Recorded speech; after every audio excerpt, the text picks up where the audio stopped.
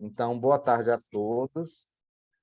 Eu sou o Ricardo Paiva, do Programa de Pós-Graduação em Arquitetura, Urbanismo e Design da UFC, e estou coordenando essa mesa, essa sessão livre que se chama Arquiteturas Contemporâneas no Brasil, arq.com.br, Projeto Plural 2, a missão, porque ontem a gente já com um grupo, né?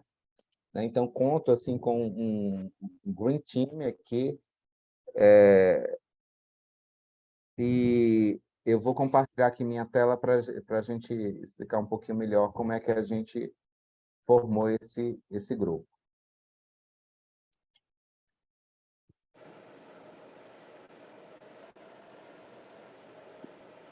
Pronto, vocês conseguem ver aí minha tela, né? Sim. Então, conforme eu falei, a sessão se intitula Arquiteturas Contemporâneas do Brasil, arq.com.br, Projeto Plural 2, porque ontem a gente apresentou lá o primeiro, né? Então, o objetivo é estabelecer uma agenda para a discussão da arquitetura contemporânea no Brasil e sua heterogeneidade, justificando, né, uma mesa bastante diversificada em termos tanto dos temas, como também em relação à origem dos professores e pesquisadores. Na verdade, esse grupo ele se formou originalmente para participar do Enam Park de 2020, que foi em Brasília, mas só ocorreu em 21, por conta da pandemia. E aí a gente fez uma autocrítica, viu que só era Clube do Bolinha, e foi muito importante, né, a inserção e a participação das pesquisadoras, que aqui tem duas premiadas no Enam Park, né? Então, é a Mônica e a Luciana. Então, parabéns E o a elas. Sérgio, o E o Sérgio Sérgio. também. Não, mas eu só vou dar importância às mulheres. Estou brincando. Parabéns também, Sérgio.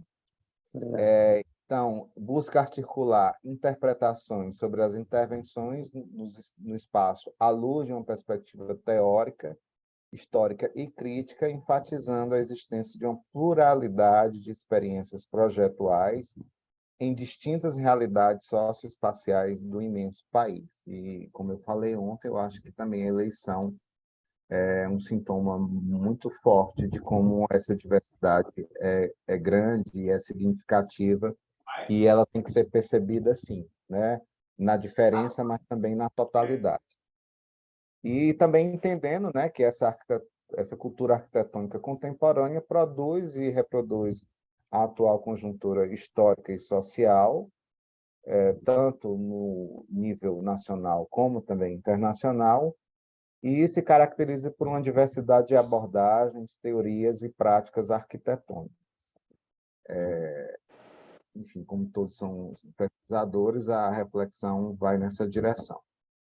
Então, as apresentações tomam uma forma de ensaio crítico e, como tal, buscam expor inquietações, dissensos e interpretações em construção acerca dos objetos de estudo. E se preconizou, digamos assim, um prisma transversal, evitando visões binárias, né? E aí eu botei esses 50 tons de cinza aí entre natureza e cultura, entre o urbano e o rural, entre o antigo e o novo, entre o público e o privado, entre a arquitetura e a cidade, entre o local e o global, o individual e o coletivo, e a gente poderia formar aqui outros pares e entender mais esse movimento, esse atravessamento, né, entre essas dimensões que às vezes se colocam simplesmente como coisas opostas. E aqui explicando um pouquinho quem é o grupo, né? Então, eu me coloquei como coordenador e ontem a gente já teve, né, um conjunto de pessoas que apresentaram.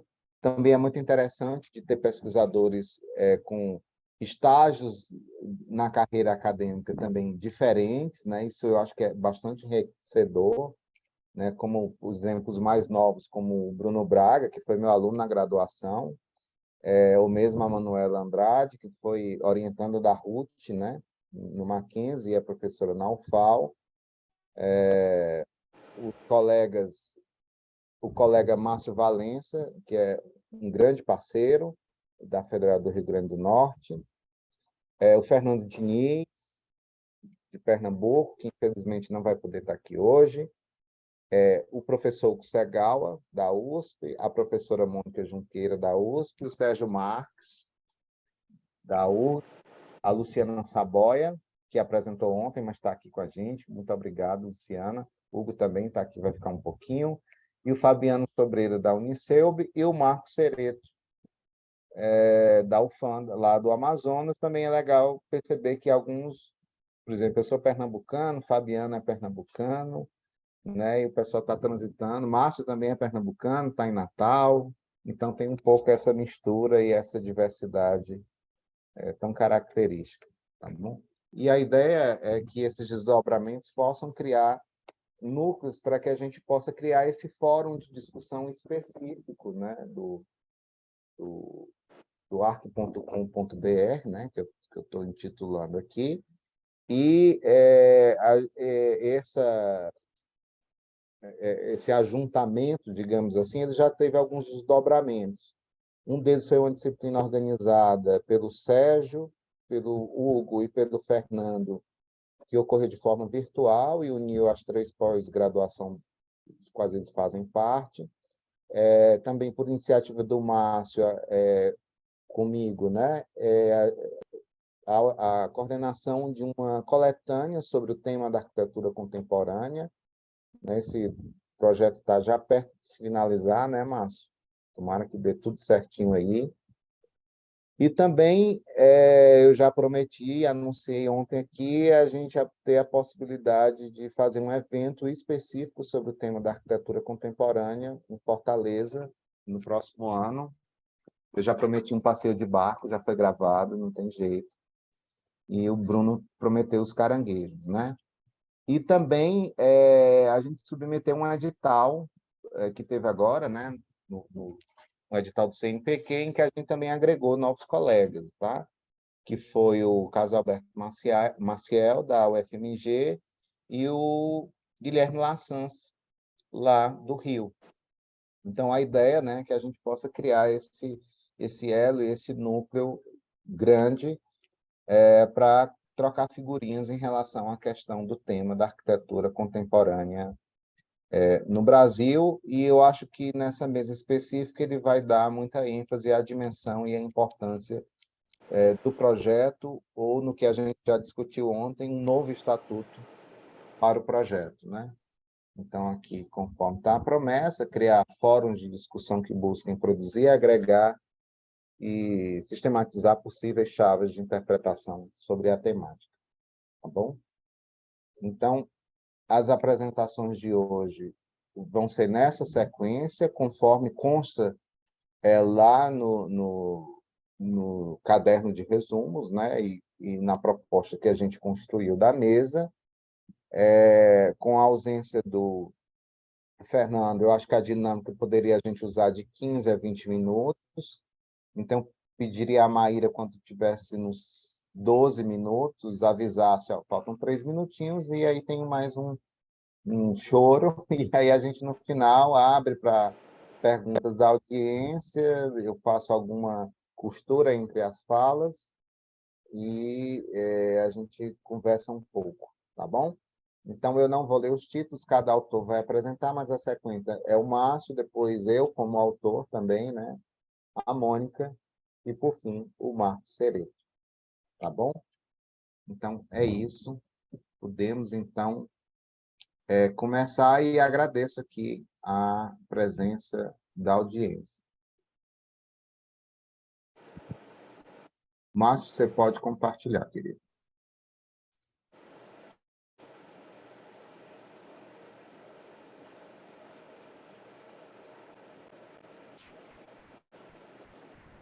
Você está sem microfone, Márcio.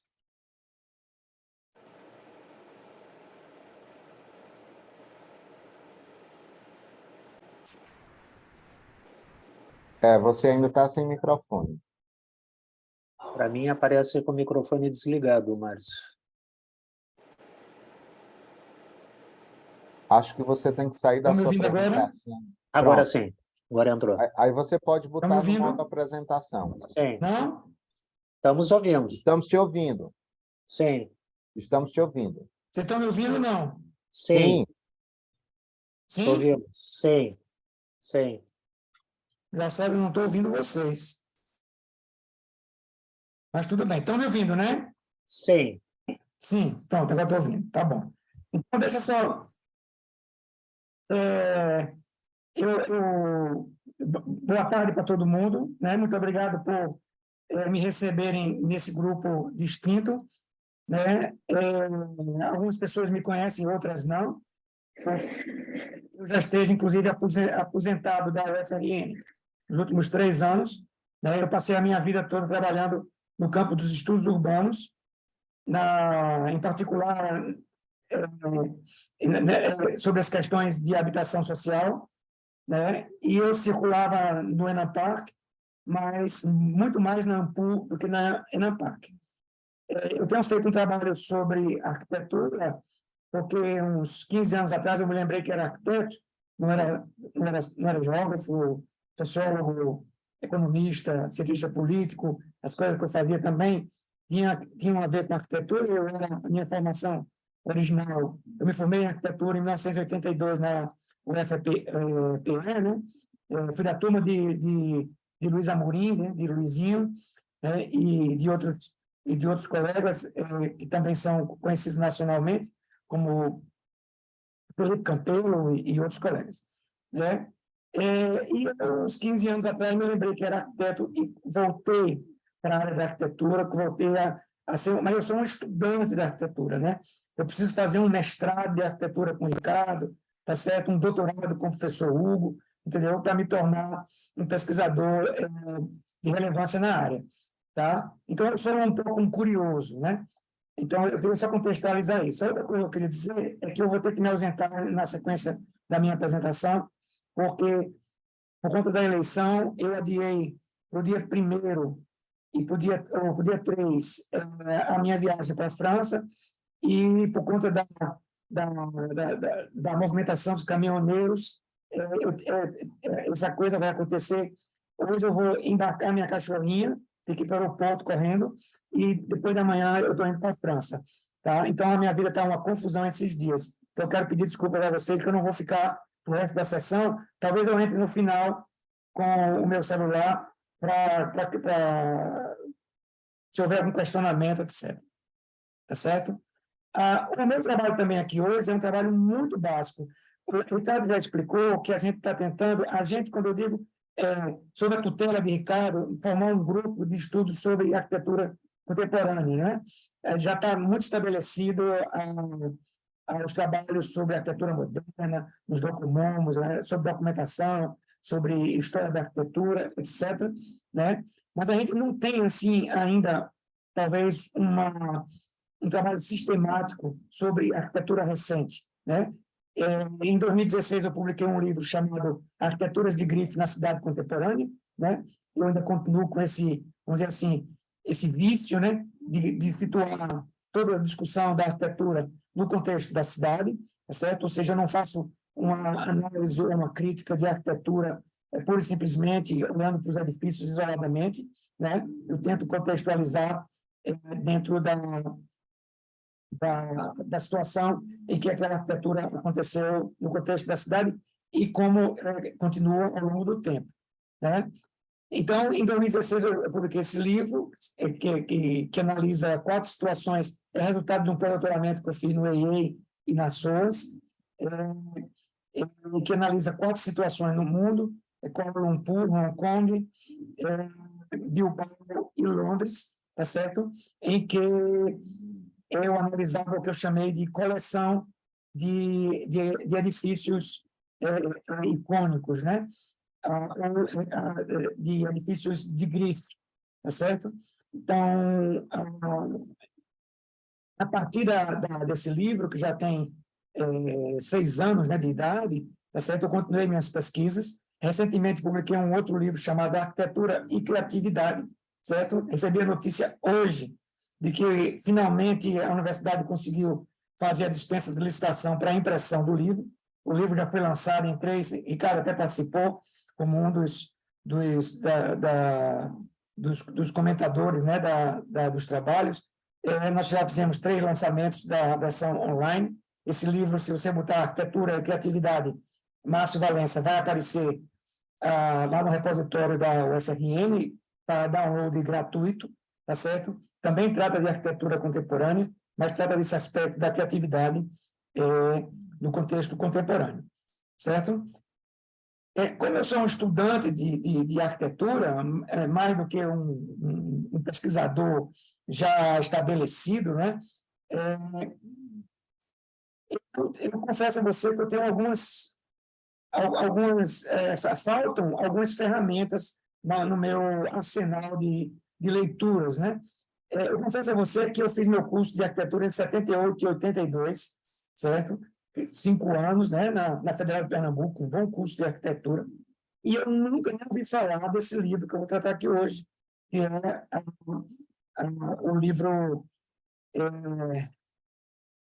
sobre complexidade e contradição do Roberto Venturi, né? Um livro que eu li há uns 12 anos atrás, reli recentemente e preciso reler ainda mais algumas vezes para compreendê-lo de forma mais completa, né?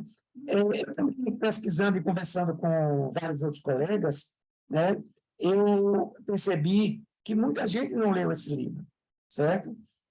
Não é um livro... Peraí, vocês estão vendo na apresentação, né? Não é um livro... O livro de Venturi que a gente lê é mais o Aprendendo com Las Vegas do que o Complexidade e Contradição, né, na arquitetura, tá certo? Que foi um livro escrito em 1962, publicado em 66, certo? Foi um livro que foi bastante comentado na época, né? Porque já existiam várias dissidências do mainstream da arquitetura moderna no início da década de 60, né? Até ao longo da década de 50, tá certo? O Venturi, ele teve, quando jovem, ele trabalhou com o Iro Sarini e com o Louis Kahn, né?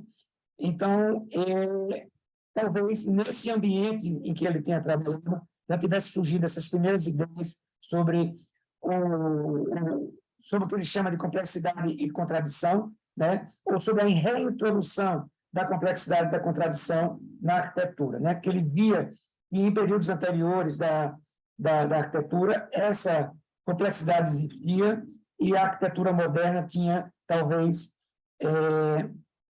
embora ele reconheça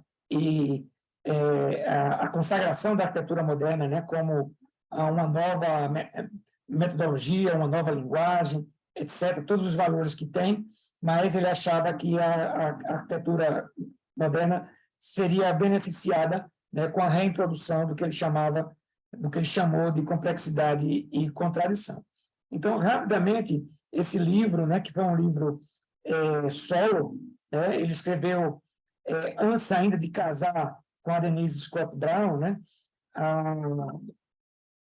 mas alguns anos depois, 10 anos depois, né, ele também escreveu um outro livro que é muito mais conhecido no Brasil, que é o Aprendendo com Las Vegas, né, é aquele livro que tem aquela história do pato e do galpão decorado, né, que todo mundo conhece, tá certo? Que ele classificou os edifícios, principalmente nas pequenas médias, nas cidades mais comuns americanas, né? Os edifícios poderiam ser classificados dessas duas formas, tá certo? E que depois o Ralph Foster, um crítico de arquitetura importante, disse que essa classificação não valia mais agora contemporaneamente, né? Porque todos os edifícios hoje são patos decorados, eles não são mais patos ou galpões decorados, eles são patos decorados. Eles são as duas coisas em um, né? Eles têm elementos estruturais que o consagram como uma espécie de pato, né? E eles têm na sua linguagem um certo teor decorativo também, tá certo? E simbólico, né? Que o Venturi queria resgatar era o simbolismo na arquitetura, né? Que a arquitetura falasse além da própria funcionalidade do edifício, tá certo? Então, eu não quero me demorar muito, tá?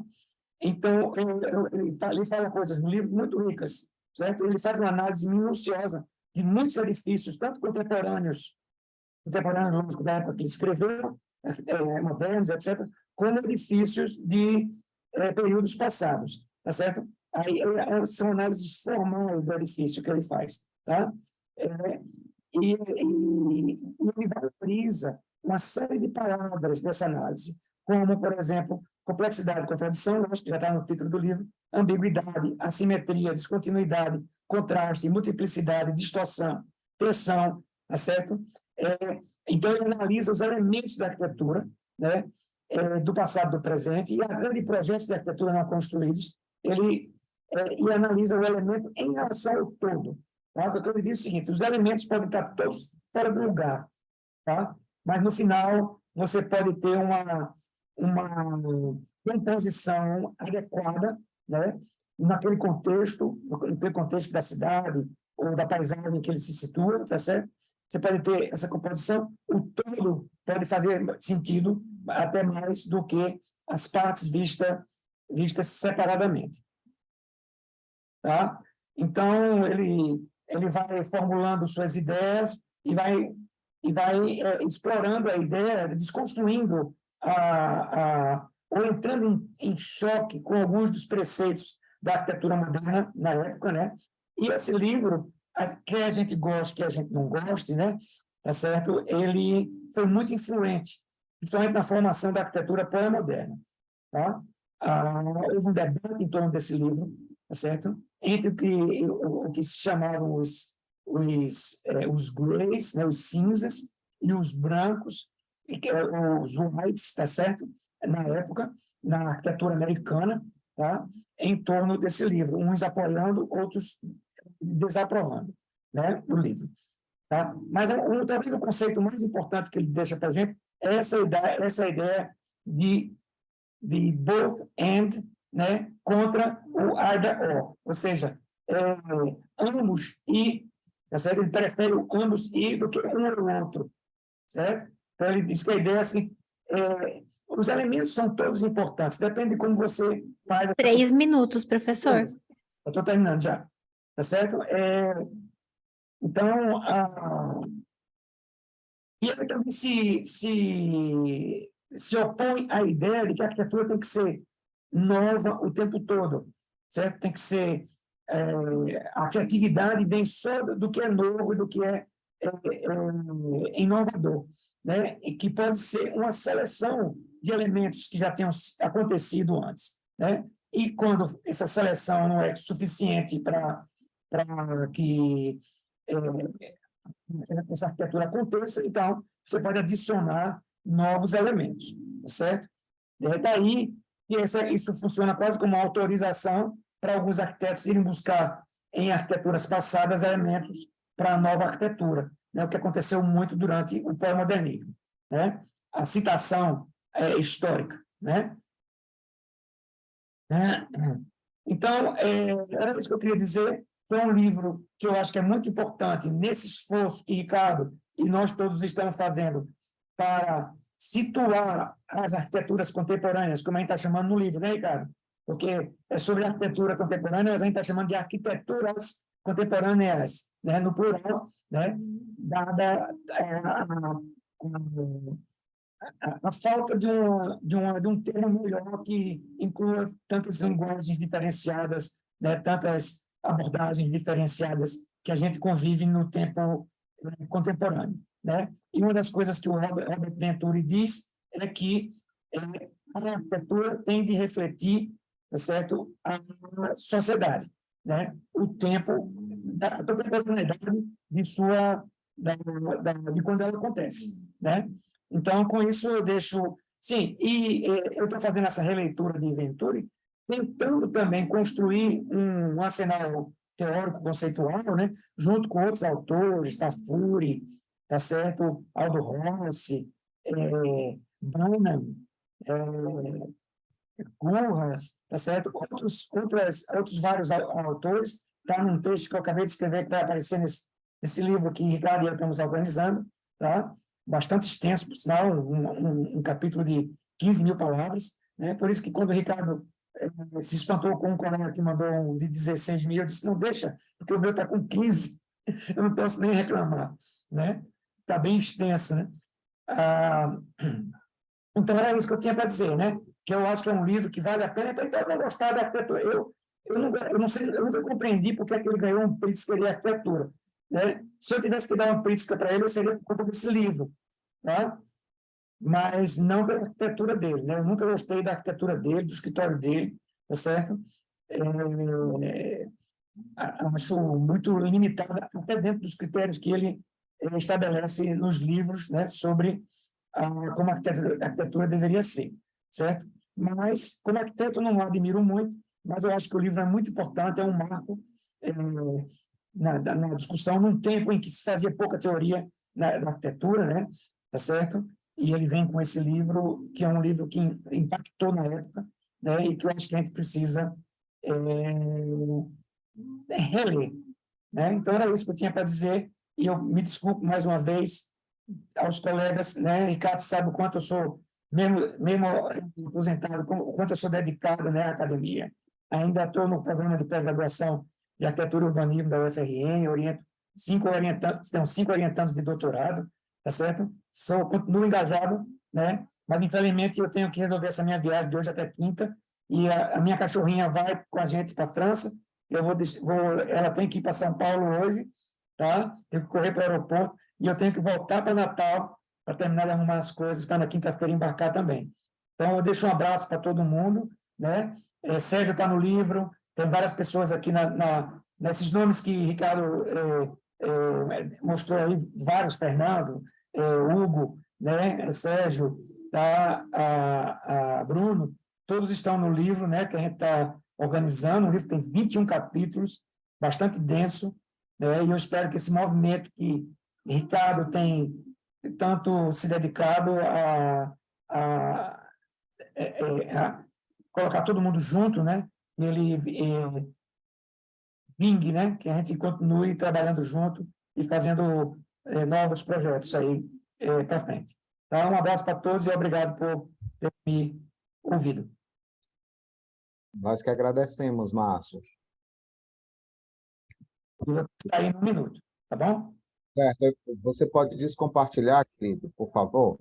Sim, senhor. Ó, boa viagem para a cachorrinha É, e para você também, né? A gente continua sim, aí junto, organizando o livro, como se você estivesse aqui do lado, no Rio Grande do Norte. agora com essa tecnologia tudo fica mais fácil, né? Então tá, Maravilha. Um abraço. Obrigado, Márcio. eu que agradeço, queridos. Bem, então, na sequência, a gente vai ter agora... deixa eu ver aqui que eu me perdi. Me ajudem, por favor. Então, Marcos, não é? Sereto, depois você, depois eu, acho que é isso. Não, eu acho que sou eu. Acho que é o Marcos Cereto, é o último. Olha só como eu estou perdido aqui. Pronto, eu vou... então, Maíra, quando faltar 3 minutinhos para 15 minutos, você, por favor, me avisa, tá bom? Então, vamos lá.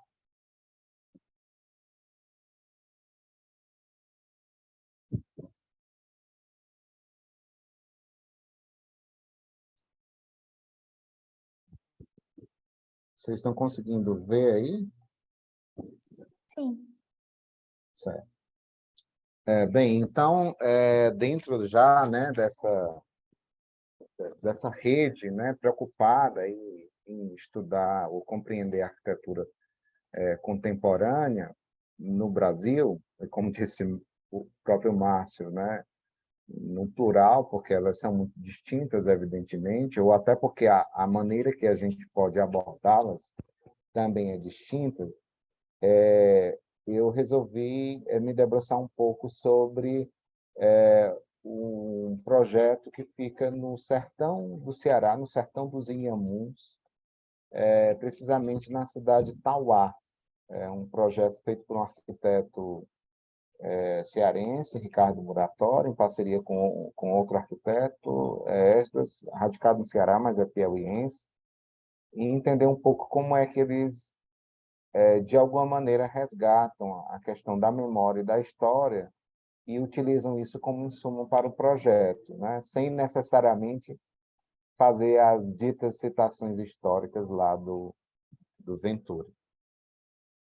Na verdade, esse trabalho também já é um resultado de uma pesquisa que eu formalizei aqui junto ao meu programa, porque eu recebi um auxílio financeiro, né, auxílio à pesquisa, numa pesquisa que na verdade, produzir um inventário digital dessas arquiteturas contemporâneas no Ceará, um projeto financiado pela FUNCAP, né, que é a Fundação a FAP aqui do Ceará, tá bom? Então, o título é Arquitetura e Memória em Tempos de Cólera. E aí usa como pressuposto a ideia de que pensar, né, como o próprio Mark Bloch preconiza, se referir à história apenas como ciência do passado, né? Porque, na verdade, ela é a ciência dos homens no tempo. E aí essa premissa atravessa toda o argumento e a estruturação do trabalho, porque por meio da materialização do projeto, o passado, o presente e o futuro, evidentemente, se sintetizam, né? Ou a obra, e inclusive porque na entrevista com o arquiteto ele tem consciência dessa síntese. Então, isso é um aspecto bem interessante, talvez isso, de alguma maneira, qualifique a obra. Então, nessa perspectiva, né, considerando que o tempo e também o espaço são importantes insumos para a arquitetura criar lugares de memória, busca-se estabelecer nexos e fluxo de duração do tempo e no tempo, né, que transita entre o passado, o presente e o futuro do Memorial do Cólera, em Tauá, no Ceará. Então, aqui, né, um mapinha dos municípios do Ceará. Essa região fica aqui meio a oeste, quase na divisa com Piauí, que é o sertão dos Inhamuns, e esse é um município bastante antigo, né? Enfim. E aí, esse projeto, né, localizado aqui, essa situação, foi inaugurado em novembro de 2013, portanto, ontem fez 9 anos. Eu cheguei a conhecer, estava à noite, né? Mas deu para perceber como, de fato, o projeto se destaca naquele contexto. E aí, de novo, né, ele plasma distintos tempos históricos da cultura material e imaterial do lugar, e tem como, digamos, marco um surto de cólera que ocorreu, na verdade, no Brasil, né, e especificamente aqui também em Tauá. A cidade se chamava São José do Príncipe, e durante 1862 e 1864 foram registradas 216 mortes e 510 infectados, de uma população de 14.060 habitantes, dentre as 11.000 pessoas que morreram na então província do Ceará. E o projeto, de alguma maneira, vai fazer um pouco a homenagem, né, a esse fato. Primeiro, porque o terreno escolhido para a construção do memorial é exatamente onde esses corpos foram sepultados, né? Hoje mais integrado aí no contexto da cidade, mas antigamente um pouco mais distante do centro, né? Também não é uma cidade muito grande, é uma cidade do interior. E aí a ideia dos arquitetos era não só criar um memorial, mas marcar esse lugar como um espaço também de culto religioso, já que a religiosidade estava muito presente. E porque também a ideia de se construir o memorial veio de pesquisas realizadas por pessoas da Igreja Católica, né? Desde sempre, que iam acumulando, né? E isso era uma coisa muito forte na memória da cidade. E, sobretudo, porque também no processo de, digamos, de assistência social que a Igreja dava à época da cólera, 2 padres tiveram um papel fundamental. Então, os arquitetos foram interpretando informações tanto dos pesquisadores da igreja como da própria população que guardava isso na memória, né, passando de geração para geração, traduzindo e utilizando essa ideia do projeto como forma de marcar, né? E aí o próprio arquiteto diz, né, o desenho do memorial é conscientemente fruto do tempo e do lugar de sua existência histórica. Portanto, é uma contextualização muito forte com essa realidade do lugar, né? Então, a capela foi concebida como alusão a essa religiosidade ainda bastante presente, né? Também estava presente no passado, e também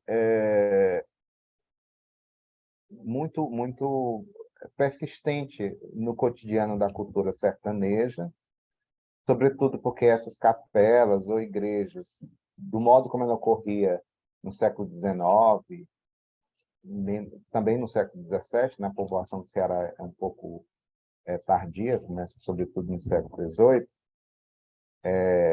essas capelas eram centralidades, né? E no caso aí, essa capela e esse memorial vai marcar essa centralidade do bairro, né? Como eu falei também, o lugar, o terreno onde foram sepultados em vala comuns vitimados pela doença.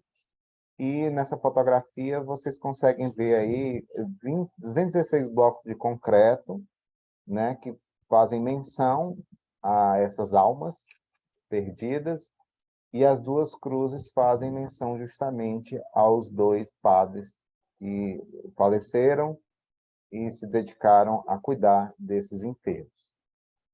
Também um aspecto que eu acho interessante que comparece aí nessa ideia de um resgate do passado, e isso também, essa categorização, essa tentativa de eu associar ao barroco, tem a ver com essa questão da diagonal aqui, né? Então, na verdade, eles falaram que a ideia não era criar uma hierarquia propriamente de fachada, mas criar essa percepção de uma perspectiva mais que acabaria gerando dois pontos de fuga, e a partir daí eu qualifiquei, né, essa implantação como sendo meio barroca. Ao que alguns outros ângulos em que a gente consegue perceber, né, essa visualização, realmente a escala do edifício é muito singela, né, embora ela realmente se diferencie desse entorno, e a marcação desses pontos e um aspecto, eu diria até que com uma certa cenografia comparece, né? Durante a noite também tem uma iluminação mais interessante, enfim. E aqui esse espaço interior, de um lado, do lado dessa fotografia do lado esquerdo inferior, a gente consegue ver como é que ele conseguiu associar a capela e também painéis, né, expositivos, é também um espaço de exposição contando essa história relacionada ao surto de cólera. E na entrevista com o arquiteto também, no próprio memorial do projeto, ele deixa claro, né, que o passado, mas um passado mais recente, está presente no projeto por meio dessas referências modernas, né? Então, ele vai se valer das ideias, lógico, numa outra escala, da ideia de casca, do Niemeyer. Isso é a citação do arquiteto. Trata-se de uma casca de concreto que repousa em uma viga biapoiada, à semelhança de algumas soluções encontradas no Memorial da América Latina, como ele mesmo disse, sem querer, evidentemente, estabelecer comparações com o mestre. Os fechamentos frontal e posterior são em tijolo maciço com um pano de cobogó, né? E também a própria Igreja da Pampulha, né? A ideia de casca também. Então, isso está muito forte como referência do passado, como referência projetual, né? Embora ele recorra a essas referências modernas, e conversando com ele, ele diz que isso está na própria estrutura ou no próprio repertório de um estudante, né, de arquitetura no Brasil em fins da década de 70, início da década de 80, então era uma coisa realmente muito marcante, mas ele busca dar uma interpretação mais contemporânea, sobretudo no que se refere a essa questão da contextualização. E eu, como análise, vejo uma coisa muito interessante, de que essa referência moderna ela está processada. Processada em que sentido? O arquiteto incorpora também a própria crítica à arquitetura moderna. E isso é interessante, né? Porque possibilita um certo filtro e um entendimento das possibilidades que esse repertório oferece, ou como ele ainda tem validade, porque eu sempre digo, né? Um movimento que está completando por volta de um centenário não pode se esgotar, né? Em termos de linguagem. Então, acho que há muita coisa ainda que a gente precisa explorar e, evidentemente, compreender em relação a essa linguagem da arquitetura moderna. Então, ele fala, né, para tanto optaram por uma composição singela no gesto e nos materiais, alcançada pela erudição no agenciamento... Professor, 3 minutos. Ah, ótimo, obrigado. Pela erudição no agenciamento da geometria e solução estrutural, e pela simplicidade do emprego do concreto, do tijolo e da madeira, utilizados com acabamentos simples, quase rústicos. E aqui um vídeo produzido pelo próprio escritório, bem curtinho, para a gente entender até um pouco essa solução estrutural, né?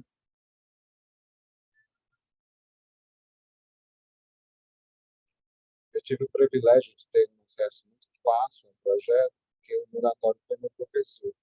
Foi professor substituto quando eu era aluno e, enfim, colega. A animação ajuda a gente a perceber algumas poucas diferenças entre o projeto original e o que foi construído, sobretudo nessa marquise de entrada.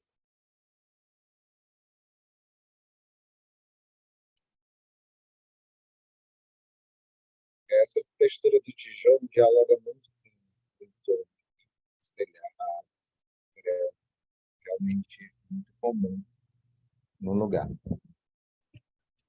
Em relação ao presente, né, as preocupações em relação ao clima, as estratégias de ventilação e iluminação, né, foram também utilizadas, inclusive se valendo da luminosidade para criar essa certa espiritualidade, a noção de um espaço sagrado, e também como expressão de uma atitude contemporânea, apropriada e adequada ao lugar. E aí, isso é uma interpretação e uma conexão que eu faço, né, com uma citação do professor José Liberal de Castro, que faleceu recentemente, né, agora em setembro, e que é um grande estudioso da arquitetura no Ceará e no Brasil, por tabela.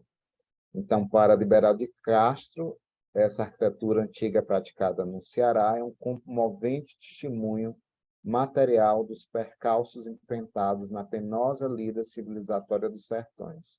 Sob este ângulo é que necessariamente deve ser compreendida e estudada a arquitetura do Ceará antigo, reduzida ao essencial.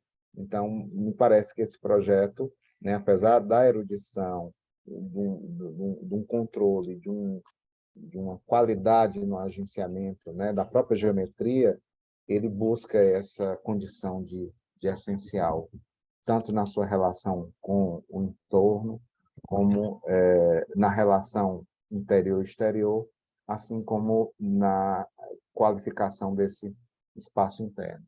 E como futuro, essa ideia do inventário digital, né? Parece que eu estou meio que me antecipando, antes que essas obras sofram bastante alteração, a ideia de reconstruir, né, digitalmente.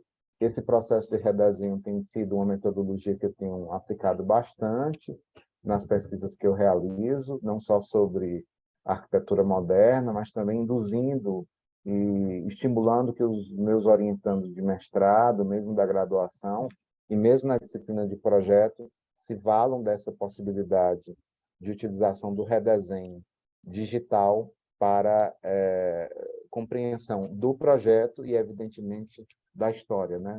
Nunca separando essas duas coisas. Então, isso é um desenho, os alunos chamam de documentação, né? O desenho gerado a partir disso, né? São alunos, no caso, esse é de quarto semestre, então algumas coisas ainda estão em construção, em revisão, mas a possibilidade também deles conseguirem entender esse processo de desenho e do projeto, né? E aqui algumas imagens geradas a partir desse 3D. Então, por fim, né, a construção do Memorial do Cólera expressa a diversidade da cultura arquitetônica contemporânea no Brasil e a pluralidade das posturas projetuais em condições excêntricas e, por isso mesmo, carregadas de potência para a reflexão teórica e crítica no campo disciplinar da arquitetura e urbanismo.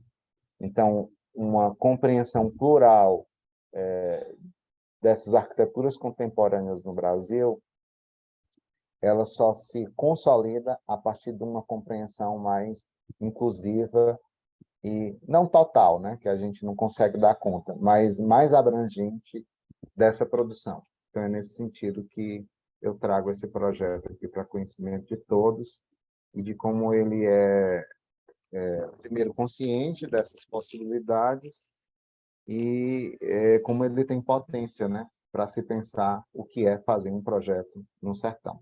Obrigado.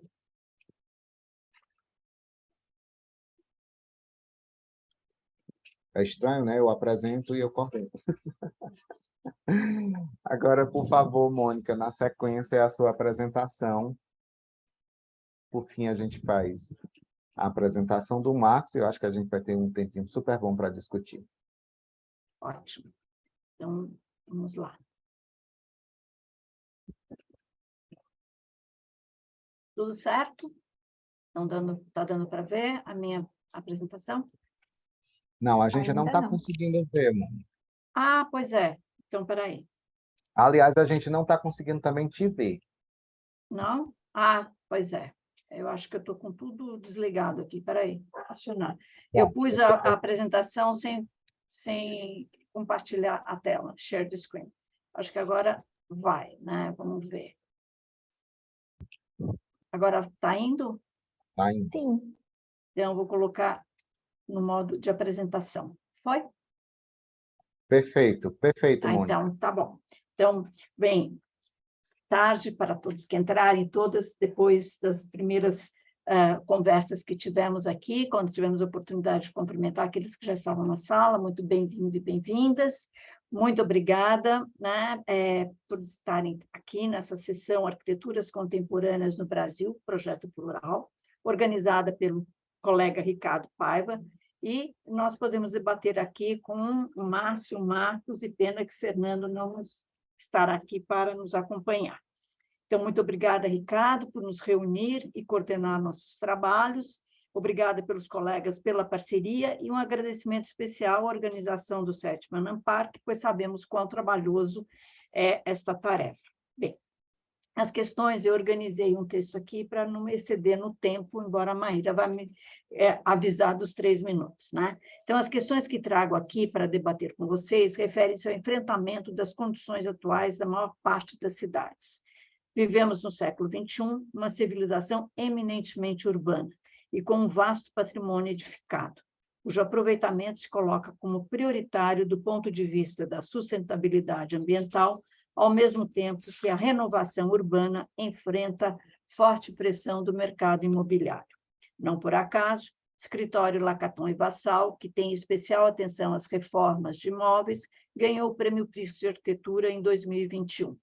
Aqui entre nós, as reformas como prática arquitetônica ainda são entendidas, salvo raras exceções, como um trabalho menor. Trago aqui um trabalho que pode nos ajudar a tratar dessas questões contemporâneas. A arquiteta Cristina Xavier, acreditando na potencialidade do projeto, tem conseguido transpor algumas barreiras. No seu entendimento, independente do cliente, do programa e do lugar, desde que se estabeleça um compromisso responsável, há sempre uma oportunidade de projeto. Seu trabalho, para a produtora O2 Filmes, aponta alternativas para a revitalização da Vila Leopoldina. Então, são os temas que eu vou tratar aqui, os quais eu já anunciei. A O2 Filmes, premiada produtora, basta lembrar Cidade de Deus, filme referência do cinema brasileiro, estava instalada desde 2007 em um galpão reformado na Vila Leopoldina, São Paulo, um bairro caracterizado pela presença, a partir dos anos 60, pela CEAGESP, movimentado centro de distribuição de produtos hortifrutigranjeiros para a região metropolitana. A operacionalização da CEAGESP foi gerando, com o passar dos anos, uma concentração de grandes galpões e armazéns no seu entorno. A proposta de mudança desse centro de abastecimento, devido à dificuldade de acesso face à expansão urbana, vem sendo anunciada há muito tempo. Embora ainda não concretizada, tem promovido mudança na área. O crescimento da indústria criativa, produtoras, empresas de criação e cenografias, encontrou nos galpões abandonados uma opção de ocupação e o mercado imobiliário vislumbrou para esses terrenos de grandes dimensões gigantescos condomínios residenciais com várias torres e sem qualquer relação com o entorno, verdadeiras cidadelas. Frente à crescente expansão de seus trabalhos, a O2 Filmes adquiriu 6 barracões vizinhos ao galpão em que estava instalado, alguns abandonados e alguns deteriorados. Então, esses são os 6 barracões vizinhos, né? Então, esse é o estado dos barracões que Cristina Xavier encontrou. Ocupados ao longo dos anos, esses barracões, por diferentes usos, como depósitos, oficinas automobilísticas com poucas aberturas, pisos sem qualquer permeabilidade e nenhuma vegetação não eram atrativos. Uma pré-existência sem qualquer valor arquitetônico, numa área em rápida transformação, sem qualquer preocupação de urbanidade, mas parte da morfologia e da memória desse lugar. Contratada pelo cineasta Fernando Meirelles, sócio da empresa, arquiteto de formação e seu amigo, Cristina Xavier identificou a potencialidade de uso desse potencial construtivo. Instalou seu ateliê, que é Cristina Xavier, no próprio canteiro e estruturou o projeto em 3 etapas. Então, dá para ver as etapas, de modo a primeira, né, como vocês podem acompanhar aqui do lado, né, seria essa primeira, uma segunda etapa e uma terceira etapa. Então, foi estruturado em 3 etapas, de modo a fazer a execução sem que a produtora tivesse que mudar de endereço, apenas transferindo de um barracão a outro de acordo com o desenvolvimento da obra. O partido adotado priorizou a manutenção do existente, integrando como um conjunto coeso e não a simples somatória de elementos desconexos, e a criação de um diálogo com a cidade. O programa se distribui a partir de uma grande praça central, aqui, principal área de convivência, através de eixos, tais como ruas, nos quais se localizam as várias áreas de trabalho. O piso, em paralelepípedos, sugere a continuidade da cidade, reforçada pelo movimento do cotidiano de trabalho. Então, dá para a gente ver antes e depois. Antes e depois. Antes... Ui, desculpa, passou muito rápido, deixa eu ir para... Então, aqui, antes e depois, antes e depois, e antes e depois. Ao mesmo tempo, o projeto se abriu para a cidade, expondo seus objetos de trabalho. Então, essa é a entrada da O2, né? É onde ela cria uma certa continuidade de interior e exterior, né? E aqui ela fez um diálogo com a cidade, expondo através de vitrines né, os elementos do trabalho, as cenografias, né, a parte do vestuário, enfim. Então, e também incorporou a grafite, isso aqui são a parte das vitrines, a comunicação com o público externo, né? E aqui incorporou o grafite, uma prática recorrente no bairro, em um dos muros de divisa com a rua. estabelecendo uma comunicação com o transeunte. Esta obra transformou esse lugar, configurando um novo território, conforme definiu Milton Santos. O território, então, na segunda definição de Milton Santos, que significa o quê? Para ele, o território não é apenas o resultado da superposição de um conjunto de sistemas naturais e um conjunto de coisas criadas pelo homem. O território é o chão e mais a população, isto é, uma identidade, o fato e o sentimento de pertencer àquilo que nos pertence. O território é a base do trabalho, da residência, das trocas materiais e espirituais e da vida, e sobre os quais ele influi. Quando se fala em território, deve-se, pois, de logo, entender que está se falando em território usado, utilizado por uma dada população. A recuperação da permeabilidade do solo, vejam, nada disso, toda a vegetação que está aqui foi colocada pela Cristina Xavier, que foi definida, na verdade, em parceria com a paisagista Cissa Souza. Então, essa recuperação da permeabilidade e a introdução da densa vegetação criou diferentes ambientes, ora pequenas praças, ora jardins contemplativos, constituindo praticamente um novo bioma autônomo em meio à Vila Leopoldina. Do ponto de vista da sustentabilidade, não só todos os galpões existentes foram incorporados ao projeto, como a estrutura técnica e mão de obra da própria produtora. Então, isso aqui são os desenhos que ela usou, o pessoal cinegrafistas, o pessoal da Iluminoteca, o pessoal da própria, enfim, do elenco, né, com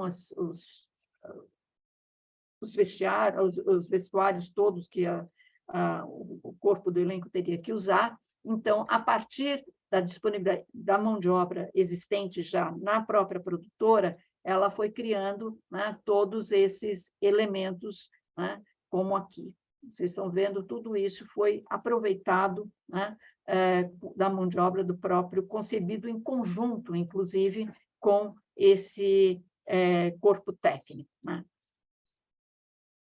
Então, era equipe de iluminação, de cenário, até mesmo de figurino, né? Então, foram mobilizados para instalações elétricas, para o mobiliário, por exemplo, isso aqui foi um sistema de iluminação, um protótipo, criado a partir dos recursos propostos por esse corpo técnico, né? Então, minimizando a contratação de serviços e os custos do projeto e da instalação, né? Então, aos desafios colocados de urbanidade e sustentabilidade, a arquiteta respondeu pelo projeto. Então, eu acho muito importante a gente observar isso, porque foi uma situação que a Cristina tirou proveito, né? Quer dizer, nada disso eram galpões abandonados, em que ela foi explorando segundo os recursos. Inclusive, a forma de contratação do projeto foi muito interessante também, porque ela propôs ao Fernando Meirelles, que é, enfim, um dos sócios da O2, que ela falou assim, olha, eu não sei nem como estimar, porque foi um projeto de longa duração, né? Quanto isso vai custar para te fazer uma proposta? Eu posso fazer uma proposta para o plano diretor, né? Isso você me paga a priori, e depois nós vamos desenvolver, eu monto um escritório e você vai remunerando as pessoas por hora de trabalho. Então, foi assim que foi desenvolvido o projeto, né? Então, veja, esses foram os ambientes criados, os mais diversificados possível, e havia também uma instabilidade com os próprios funcionários da O2, da produtora, que é uma indústria, vamos dizer, criativa, né? Que eles acham que eles são, enfim, não queriam que o projeto de arquitetura tolhisse o sistema deles de trabalho. Então, eles estavam muito apreensivos também que o projeto de arquitetura fosse impor um modo de trabalho. Então, a Cristina teve também um cuidado muito grande de fazer uma diversificação dos vários ambientes do trabalho. Então, aqui é a grande praça central, onde tem um café que fica aqui, que as pessoas se encontram. Aqui é o auditório, onde tem uma sala de exibição, né, que eles chamam que é de cinema. E aqui os vários espaços, essa é a praça de recepção. As pessoas param a bicicleta dentro da própria produtora, né? Então tem aqui lugar para parar as bicicletas, e são os ambientes os mais variados possíveis, né? Ambientes mais coletivos, aqui pequenos ambientes para reunião de trabalho, né? Então, enfim, Professora, 3 minutos. já estou acabando, acho que vai dar tempo. Então, aqui, enfim, outras áreas, área de, inclusive uma área mais reservada, que é a área de pós-produção, com equipamentos muito caros, muito sofisticados, enfim, que é uma área mais reservada, né? E aqui a área com os figurinos, né, para fazer a prova de elenco e tudo mais que acontece.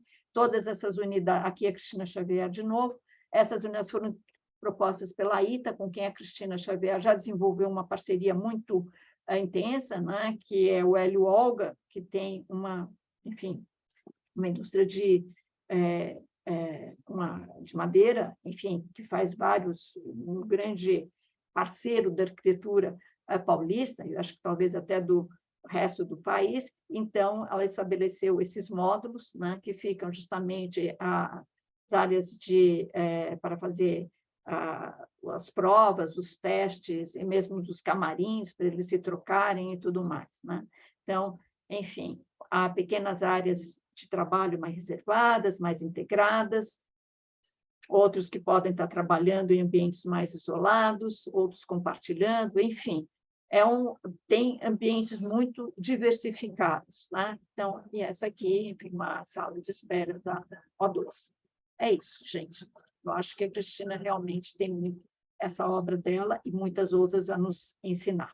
Muito obrigada, acho que eu consegui fazer no tempo. Por isso que eu fiz um texto para não me exceder. Obrigada. Maravilhoso, Mônica. Depois a gente vai conversar ainda mais sobre essa obra e sobre a Cristina. Bem, eu peço aí ao Cereto para compartilhar a apresentação dele e dar início, por favor. Eu vou compartilhar a apresentação para ele, que está com problema. Tudo bem, E aí? tudo bem. Eu recebi aqui também por e-mail. Bom, nós tivemos algum probleminha aqui técnico, né? E eu encaminhei a apresentação para a Maíra, que gentilmente se dispôs a nos auxiliar com a apresentação. Então, pode passar.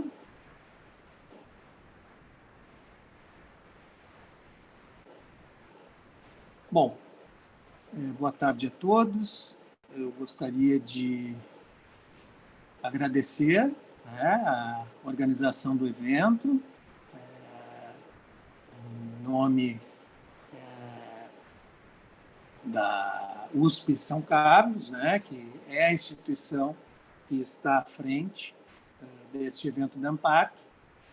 Da mesma forma, agradecer ao colega Ricardo Paiva pelo convite para participar novamente de um ENAMPARC, né, com o tema da arquitetura contemporânea.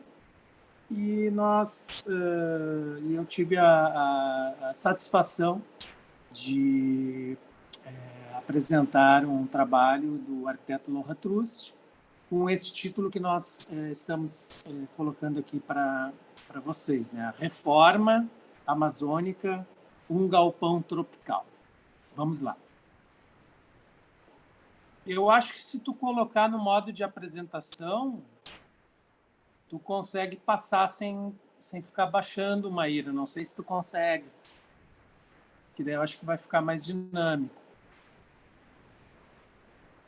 Isso, vamos tentar.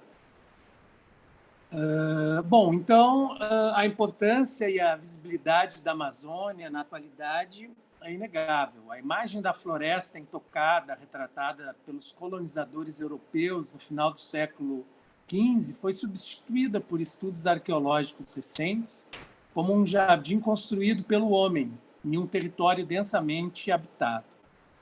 Os desafios contemporâneos, eles abrangem questões ambientais, econômicas e fundiárias, com ameaças constantes ao território e aos amazônicos. O genocídio aos povos indígenas é permanente. Em 2021, o descaso e a falta de oxigênio no pulmão do mundo vitimou milhares de manauaras durante a Covid-19. O recente assassinato do indigenista Bruno Pereira e do jornalista inglês Don Phillips retratou uma Amazônia enferma, sob cuidados intensivos.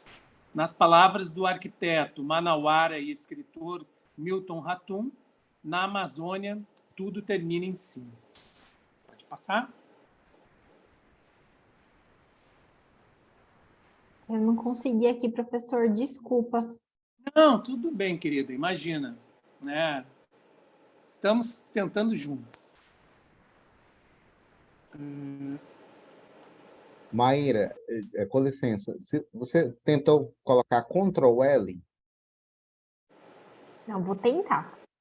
Ok.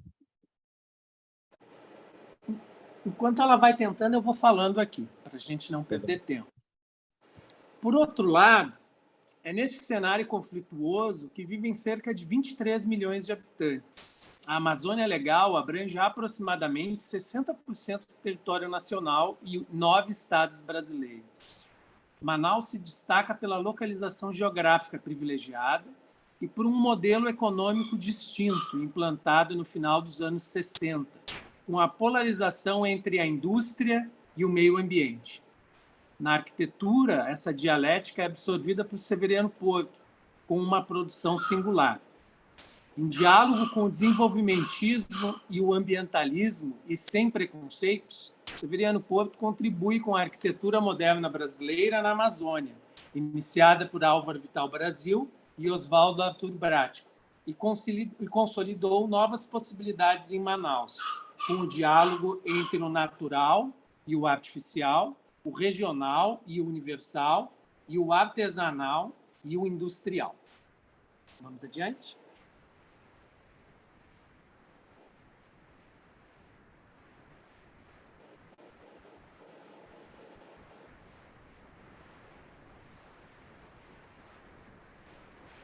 Essa imagem é a imagem da carta cadastral da cidade de Manaus, que mostra, né, essa cidade orgânica do início do século XVIII, em contraste com essa Manaus já republicana, projetada, né, pelo governo do então interventor Eduardo Ribeiro. E a gente observa, né, nessa imagem essa relação de um grão maior em relação ao orgânico, que caracteriza atualmente como o bairro Cachoeirinha, aonde está inserida a obra que veremos. Adiante.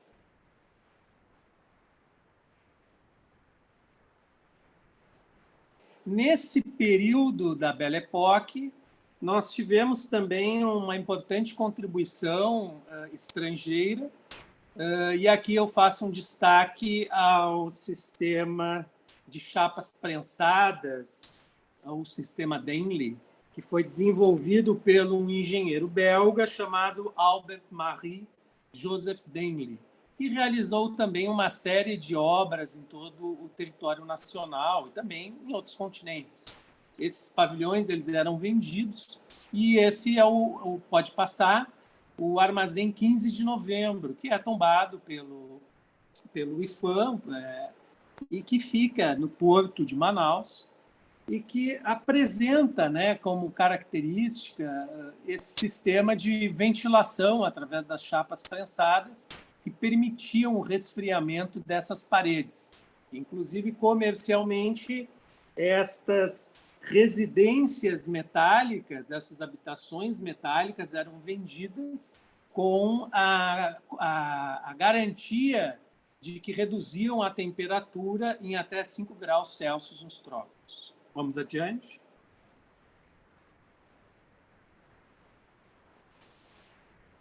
Na última década, uma nova geração de arquitetos se consolidou na metrópole do Norte, com arquiteturas alinhadas aos princípios severianos.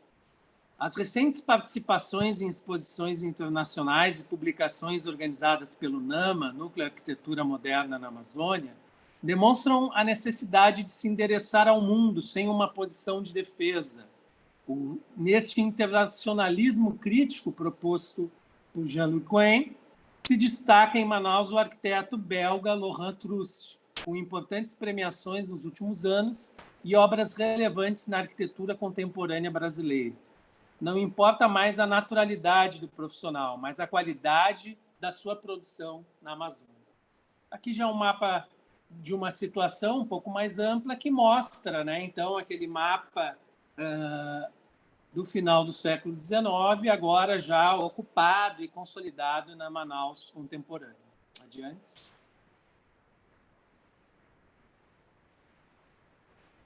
Essa imagem mostra ali a Avenida Itacoatiara, e eu não consigo mostrar para vocês, mas logo embaixo do ITA, nós temos o Galpão Tropical. Vamos adiante.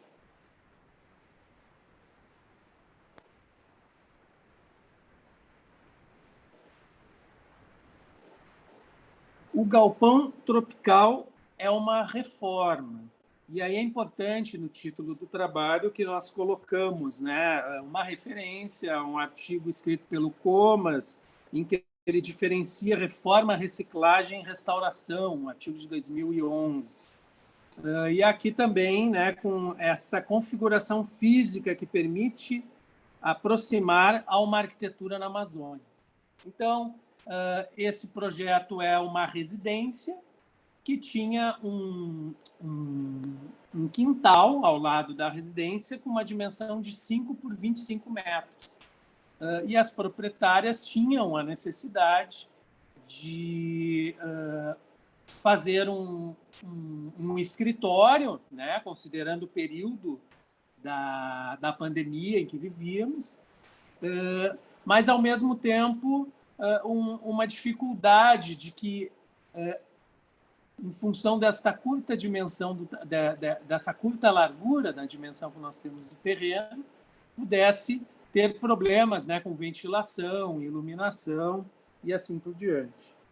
Então, a proposta do Lohan é a construção de um galpão tropical, como ele mesmo chama, em que se ocupa com um fechamento formal, através de 15 pórticos feitos com vergalhões, em vergalhões lisos, formando treliças, né, que compõem esse pórtico, com a possibilidade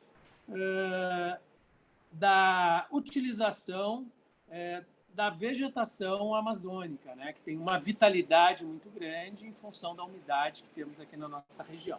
Próxima.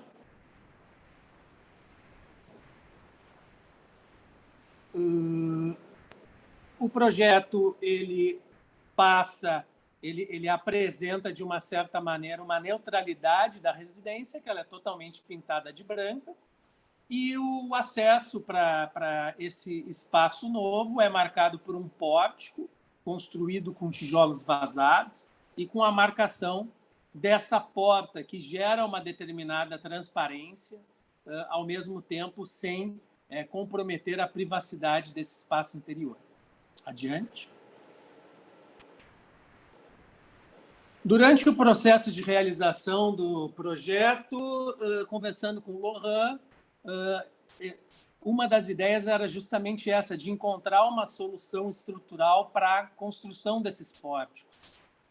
E em uma de nossas conversas, conversamos sobre a solução utilizada pelo Severiano Porto para o sistema de treliças Eupassa, que era uma treliça, uma marca que naquela época existia, para a possibilidade da vegetação desses invólucros utilizados na construção do prédio da Suframa, sob essa macro cobertura em concreto armado, né? Então, esse sistema dessas treliças era um sistema extremamente leve, que era apoiado, inclusive, nos próprios painéis industriais, com forros que possibilitavam essa ventilação desses espaços. Então, nessas conversas, surgiu essa ideia, né, para o arquiteto na impossibilidade de ter uma treliça como essa, a construção de uma treliça através de vergalhões de aço. Adiante.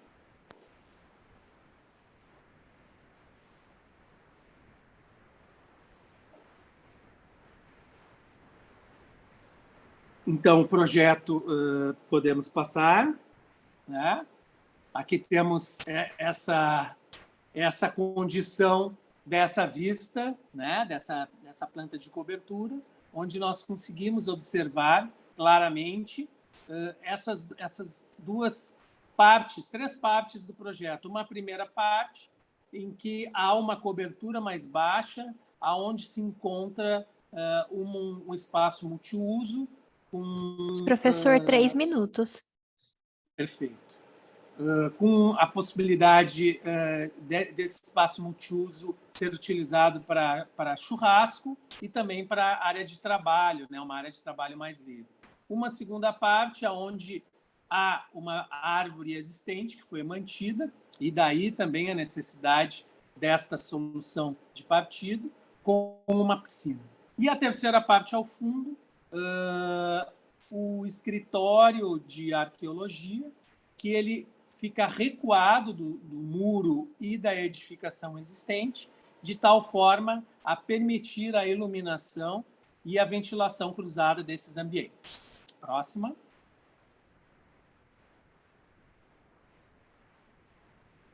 Aqui a gente vê essa vista da entrada do galpão, podemos passar.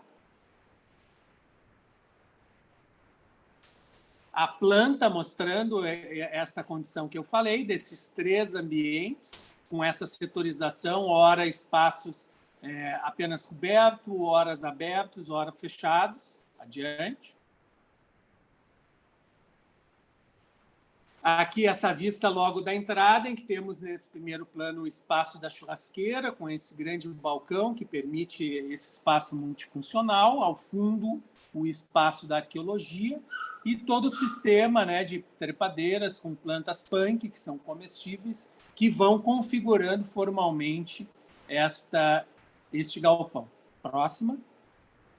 Agora a vista no outro sentido, né? Aliás, perdão, no mesmo sentido, com as duas proprietárias e a rede, né? Essa característica amazônica. Próximo. Agora a vista oposta, em que ainda aqui a continuidade da vista, chegando na piscina e, ao fundo, esse espaço do escritório de arqueologia constituído de tijolos vazados com vidro por trás para garantir ali, esse é um espaço climatizado. Adiante. Agora sim, a vista oposta, em que estamos olhando, né, o espaço da multiuso com os elementos vazados, constituídos com tijolos cerâmicos, com a fachada da residência. Adiante. Aqui desenhos que mostram, né, essa vitalidade nessa arquitetura amazônica, da vegetação do local, e que configuram essa forma e, ao mesmo tempo, garantem esta condição de uma ventilação e, ao mesmo tempo, de um sombreamento desse galpão. Adiante.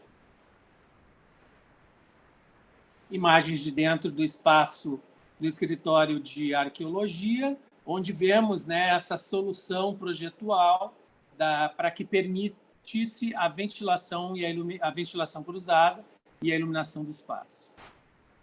Adiante.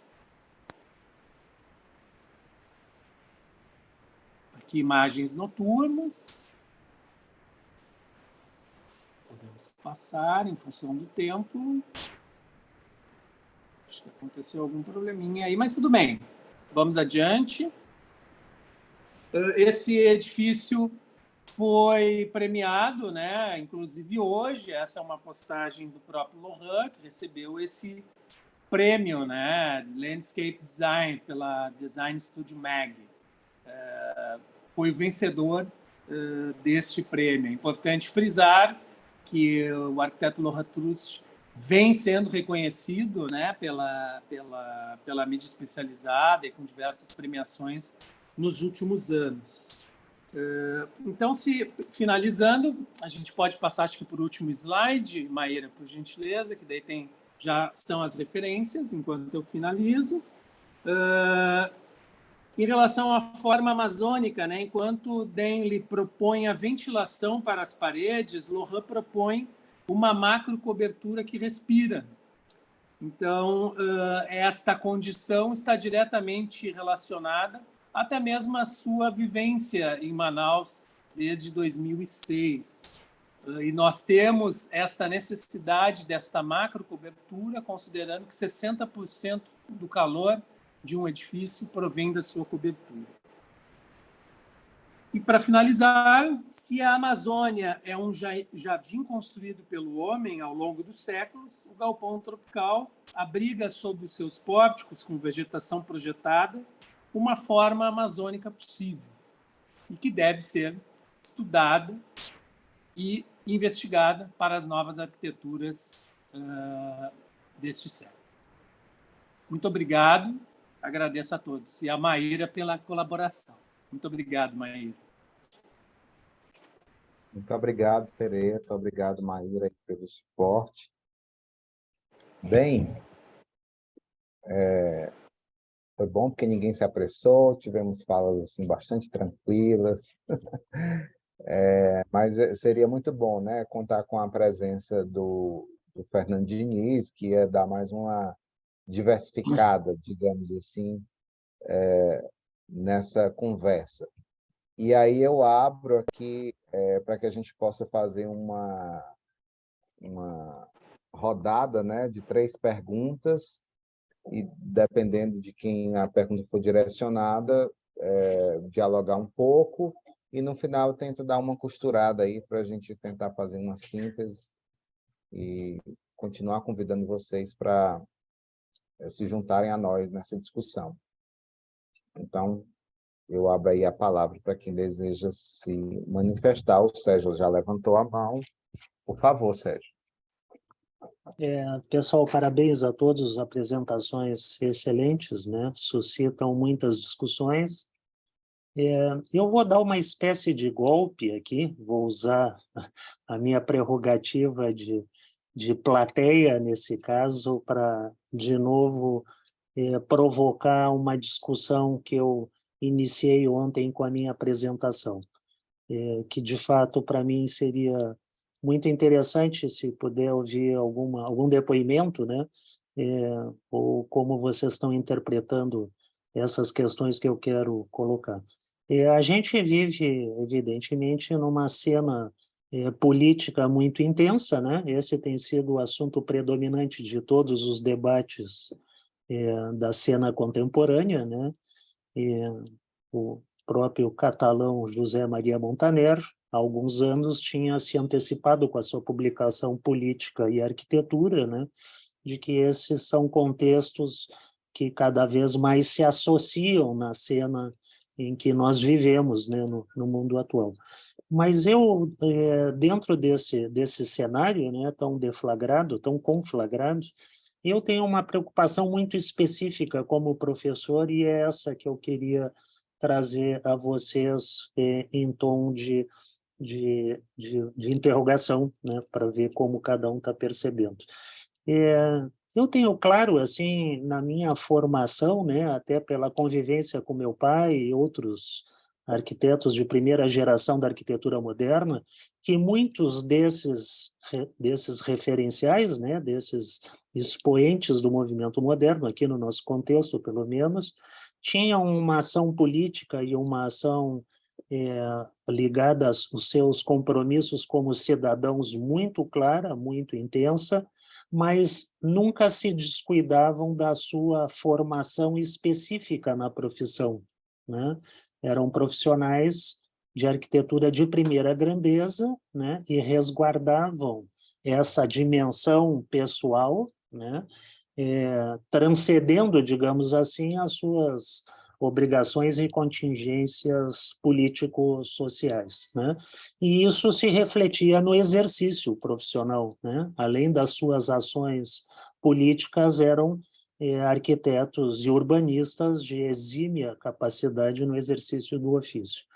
Pois eu, na cena atual, me ressinto, confesso a vocês, no meio acadêmico, por achar que há uma contaminação perigosa e uma contaminação talvez ruim para a formação dos estudantes, na medida em que, justamente nesses dois aspectos, acho que há um certo enfraquecimento no entendimento da formação profissional nas suas especificidades, né, como algo que deve ser observado independente de qualquer cenário, né,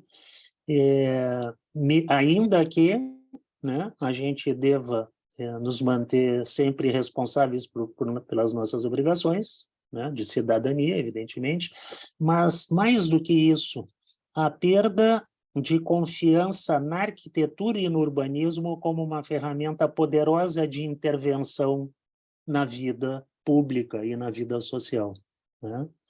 Então, eu mostrei o exemplo da Orla aqui de Porto Alegre, que justamente, na minha opinião, ilustra uma condição interessante, né, de um projeto que atravessou polêmicas de todos os tipos, mas que, graças às suas qualidades intrínsecas, em termos de desenho, obteve um sucesso muito grande, inclusive em termos de promoção de convívio social, de promoção de um espaço que vai na contramão da segregação e de uma série de qualidades.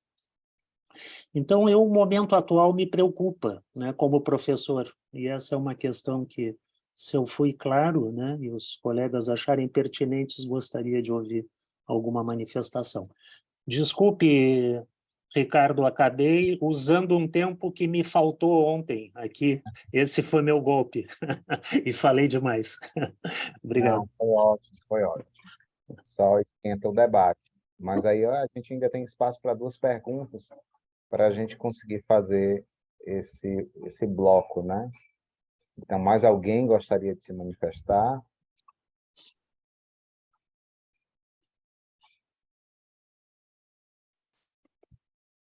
Bem, está todo mundo caladinho aí.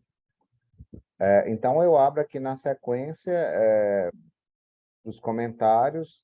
Eu, como coordenador da mesa, não vou dar o golpe, tá? Eu vou passar a palavra para a Mônica e sem prioridade, porque eu, no final, já vou falar um pouquinho. Então, eu prefiro que eles participem, por favor. Mônica.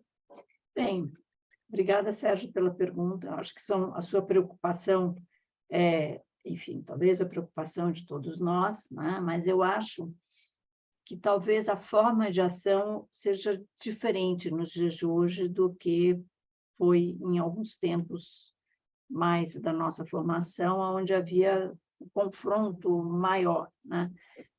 Eu acho que hoje em dia existe mais uma questão do diálogo mesmo, e de arquitetura ser um instrumento político, vamos dizer assim. Nesse sentido, eu acho que, pelo menos falando daquilo que eu trouxe aqui, a Cristina Xavier tem muita noção de onde ela trabalha, na verdade. Embora ela não seja professora, ela deu aula na escola da cidade há algum tempo, acho que não está dando mais, mas ela é eminentemente uma pessoa prática, vamos dizer. As obras que ela tem, elas são de naturezas completamente distintas, mas sempre acreditando no papel transformador da arquitetura.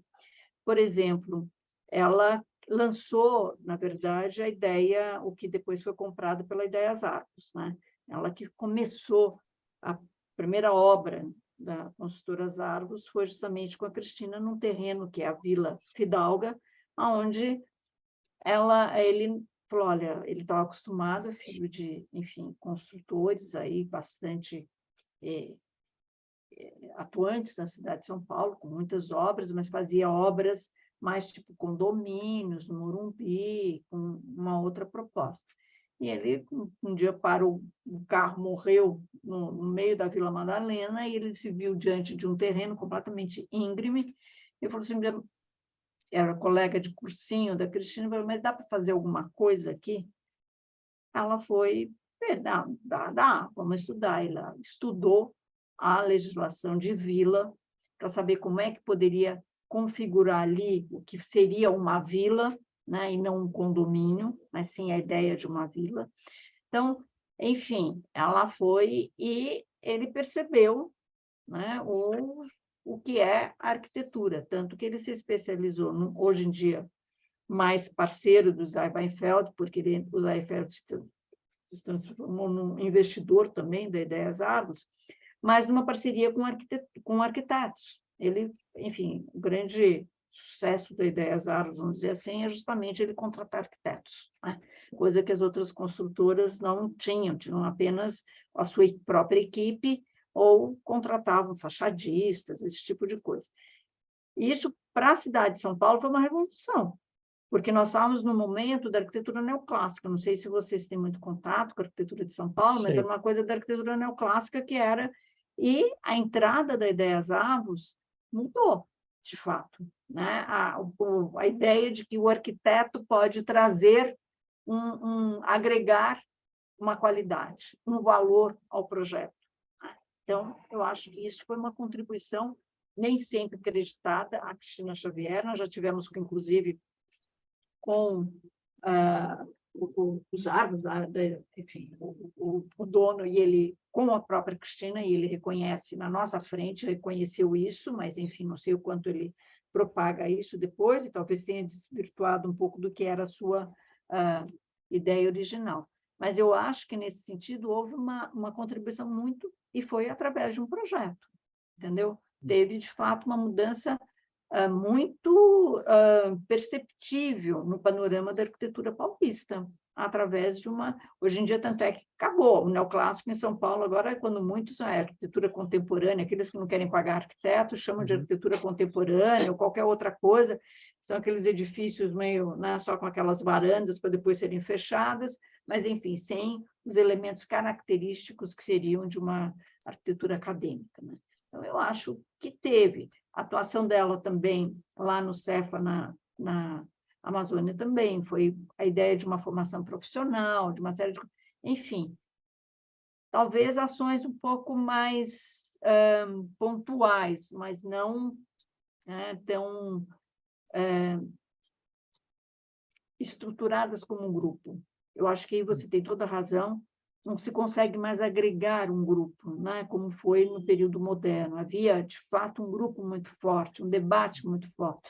Hoje em dia, a coisa está mais pulverizada, então, eu acho que são, né, coisas, vocês aí que estão, pelo qual eu estou muito curiosa pelo livro que vai estar saindo sobre arquitetura contemporânea, o que é que pode nos agregar, né, como uma produção contemporânea, se não é uma coisa, são arquiteturas contemporâneas, porque talvez nada a não ser uma intenção de uma boa arquitetura, né, nenhuma outra coisa nos agregue, como houve no período moderno, para bem e para mal, né?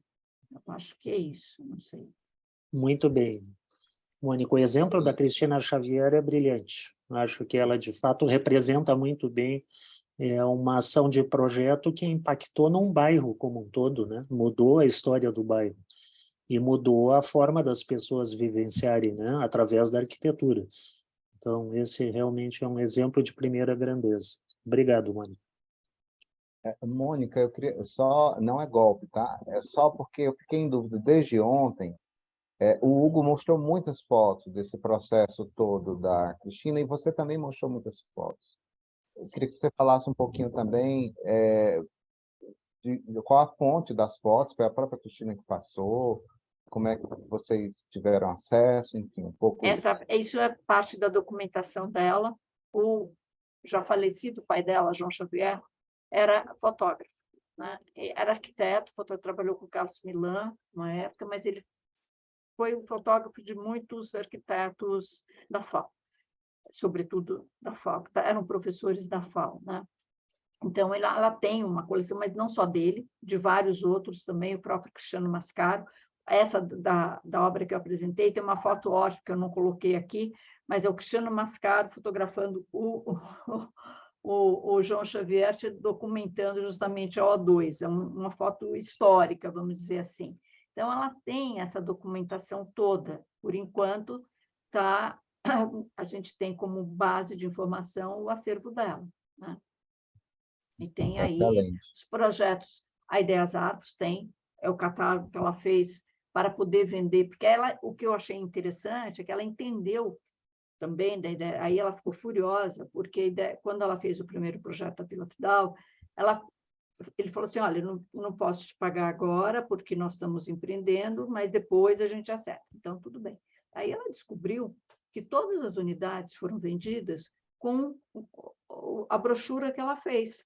Claro. Toda a brochura, os Claro. desenhos que ela fez com a perspectiva, ou seja, ele não tinha vendido nada, não tinha, e a partir do desenho dela que ele vendeu a ideia.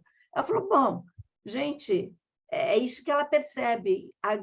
E aí, Sérgio, é muito interessante, porque a mudança que houve, porque existe uma coisa na lei que você pode vender sem antes existir, o que antes não era possível. Antes você tinha que ter o imóvel e aí você vendia. Agora você pode vender a ideia, entendeu? Aí ela falou assim, então agora eu vou ser Ela criou uma firma para fazer um empreendimento de uma vila que ela, enfim, criou outra vila, né? Onde todos eram parceiros ali, inclusive o Hélio Olga era um dos empreendedores também, que ela fez, não, eu vou fazer como, se eles são empreendedores, e não eu vou vender alguma coisa que eu nem sei. Né? Mas, então, a importância do projeto que ela coloca. Eu nunca imaginei que era o meu projeto que ia financiar todo esse empreendimento. Né? Então, a documentação, Ricardo, ainda é muita documentação que está com ela. Né? Inclusive, a gente está num processo, porque o pai dela tem uma documentação incrível sobre todas as obras de São Paulo, que ele fotografou de Joaquim Guedes, ele era muito próximo de Carlos Millan, e que ela vai doar fotos, sobretudo, né? Para a FAO. Então, enfim. Maravilha. Sereto, entra na roda. Não, eu sou um fã da Cris Xavier, né? Eu tive a oportunidade de visitar a casa dela, enfim, ela apresentou toda a Vila Taguaí, que é um projeto fantástico, e lembrar, né, que o pai dela também fotografou a Serra do Navio, né, o projeto do Bratic lá no Amapá, e nós conversamos muito sobre a Cefa, né? Então, quando nós fizemos a Chama, aquela primeira exposição de arquitetura contemporânea na Amazônia, ela colocou o projeto da Cefa, e foi uma situação muito difícil até para ela, de como que ela colocava isso em um painel. Né? E eu me lembro que eu conversava bastante com ela, e ela dizia, não, mas é porque, na realidade, o projeto e a obra é a mesma coisa. Né? E eu tinha muita dificuldade de entender aquilo naquele momento, porque muitos registros que ela encaminhava e mostrava e apresentava nos painéis acabavam sendo registros que eram os registros do canteiro. Né? E aí, enfim, eu fui aluno do Sérgio, fomos ambos orientados pelo Comas, e uma das coisas que a gente foi educado era isso, né? Data de projeto e data de inauguração da obra. E aí, conversando com a Cris Xavier, era exatamente o que ela dizia, não, mas não tem como eu falar isso, porque, na realidade, a data de projeto e de obra são a mesma, né? Então, foi um grande aprendizado essa experiência com a Cris Xavier, e eu fiquei também muito feliz de que essa proposta do Ricardo trouxe, né, 2 investigações sobre a obra dela. Em relação ao que o Sérgio falou, eu gostaria de destacar, claro, que é um processo ainda muito novo, mas que está acontecendo, que a gente vê aqui em Manaus, de uma geração nova de arquitetos, e aí capitaneado pelo Roberto Moita. O Sérgio conhece bem o Roberto Moita. E muitos desses arquitetos iniciaram empreendimentos de pequeno porte, de residencial multifamiliar, de uma certa forma contestando um pouco o que o mercado estava praticando aqui em Manaus, com uma arquitetura, digamos assim, do não lugar, sem uma qualidade muito adequada. Né? E Nesse grupo entrou o Lohan também, né, que nós apresentamos aqui, que recentemente inaugurou um edifício de 3 pisos, com apartamentos estúdio, 1 dormitório e 2, e que tem sido um sucesso, né, aqui na nossa cidade, porque estes imóveis estão extremamente valorizados, os apartamentos foram locados rapidamente, são apartamentos de boa qualidade arquitetônica, e sendo locados rapidamente. Então, isso começa realmente a trazer uma mudança, digamos assim, do potencial, né, que o bom projeto de arquitetura tem para a sociedade.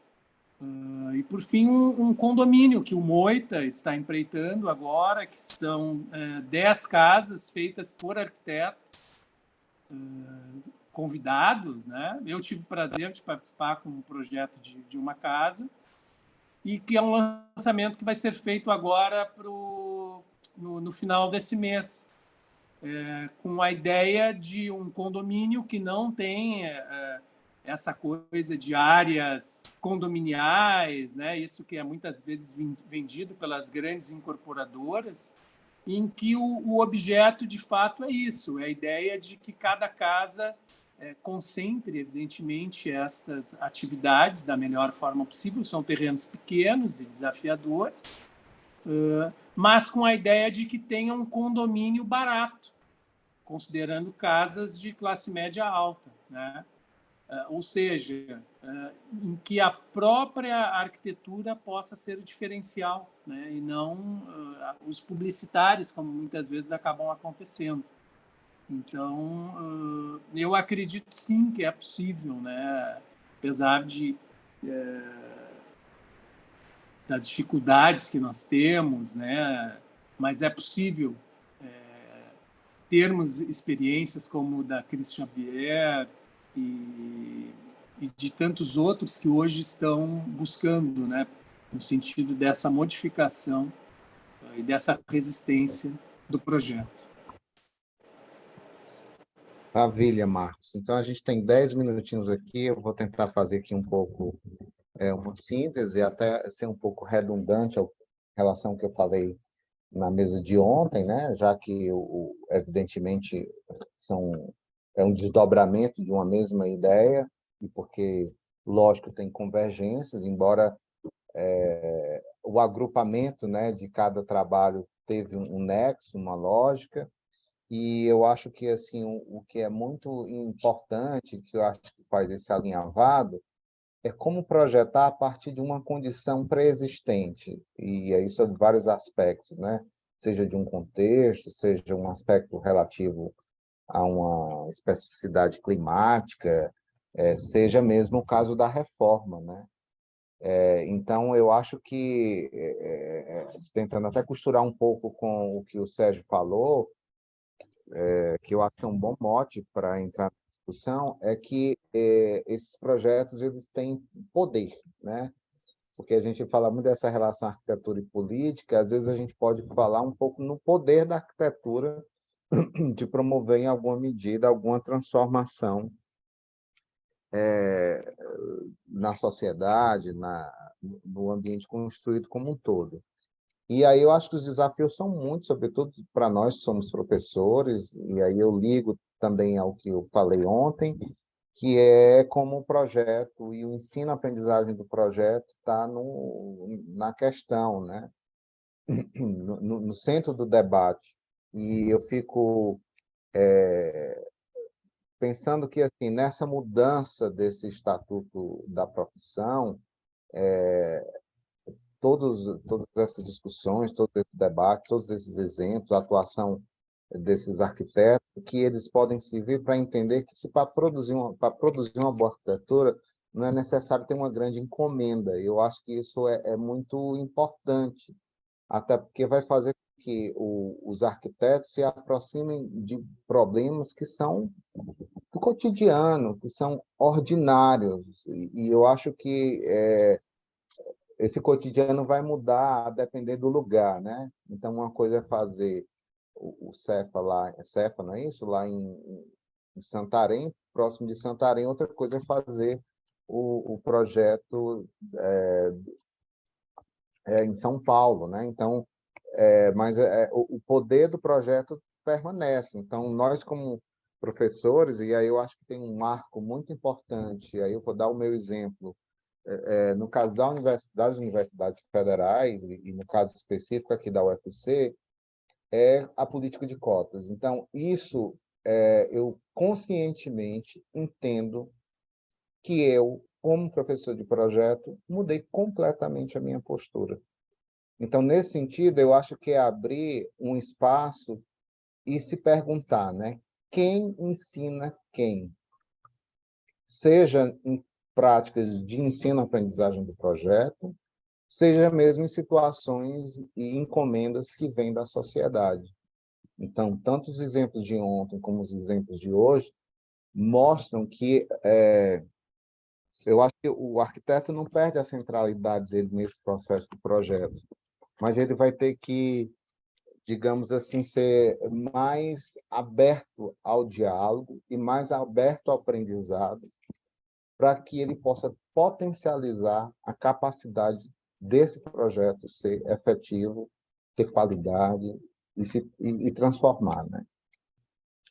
E eu acho que as várias agendas aí que estão, eu não diria nem que são emergentes, porque elas estão, é um caminho sem volta, né? Então, a questão de gênero, a questão do meio ambiente, né? Acho até que a introdução do artigo do Cereto é incrível, porque ele traz todo esse panorama e entender que a arquitetura, ou mesmo como o título da Mônica, ela responde a essa... Como é que o projeto responde a essas questões assim que são específicas, que são complexas. Então, eu acho que o desafio da gente como professor é entender essa mudança, né? Entendendo que tem um bônus e um ônus, e, e eu acho assim, que não abrir mão do projeto, Sérgio. Aí, nesse sentido, eu acho que ter essa consciência da dimensão técnica da nossa profissão é fundamental, né? E adentra coisas que são próprias nossas, a própria questão da compreensão das estratégias do projeto, a própria questão técnica construtiva, isso é fundamental. E muito a questão do desenho, né? Às vezes eu mostro um normógrafo para meus alunos, eles ficam indignados, o que é uma aranha de normógrafo, né? Diz, olha, não vem reclamar porque tem que fazer uma digitação de um texto numa prancha, né? Porque você não sabe o que significa normografar um projeto, tá? Então, eu acho que é um pouco a gente tá nesse movimento mesmo de transformação e, enfim, promover, né, esse debate, esse intercâmbio é muito interessante, abrir essas frentes e aprender com essas possibilidades, e muito com os alunos, né? Eu acho que isso é uma coisa bem importante. E, e também pensar nisso, né? Que há muitas oportunidades de se fazer projeto. E isso é uma das coisas que, inclusive, o Bruno não está mais aqui, mas a gente vai ter uma mesa amanhã falando, aí eu sou convidado, não sou coordenador, sobre as arquiteturas mínimas, né? Como é que a gente entende esse mínimo na arquitetura? Pode ser uma coisa, né? O projeto do Galpão é incrível, né? Lá em Manaus, um terreno estreito, comprido. A reforma da Cristina é maravilhosa, a capela do Muratório é muito interessante, é isso muito singelo, muito pequeno, mas que tem um impacto realmente muito grande. E aí eu queria agradecer, né, já me encaminhando aqui para terminar, imensamente, como eu falei ontem, é um desafio organizar um evento dessa magnitude, né, de forma virtual. Espero que o próximo seja presencial, para que a gente possa trocar não só ideias, mas também afeto, numa mesa de bar, num cafezinho. Isso é muito importante. Agradecer o apoio da Maíra aqui, tá? É fundamental também esse suporte. Agradecer aqui a audiência, tá bom? E aí eu passo uma última rodada de fala para a gente se despedir e finalizar a mesa e agradecer demais a essa parceria, né? Ela não vai cessar por aqui. Próximo ano já tem um convite, quero organizar um evento nacional sobre essas arquiteturas contemporâneas no Brasil para a gente jogar a rede e puxar muita coisa boa, né? E vai ser um ano promissor, Ótimo, com muita muito obrigada. esperança. Muito, espero. De fato, estamos com uma esperança. Muito obrigada, Ricardo, ao Enaparc, a todos que estavam aqui compartilhando, ao Sérgio pela pergunta. Enfim, eu acho que essa rede que você criou, mais do que os núcleos, eu entendo isso como rede de discussão e de reflexão sobre arquitetura contemporânea, super importante.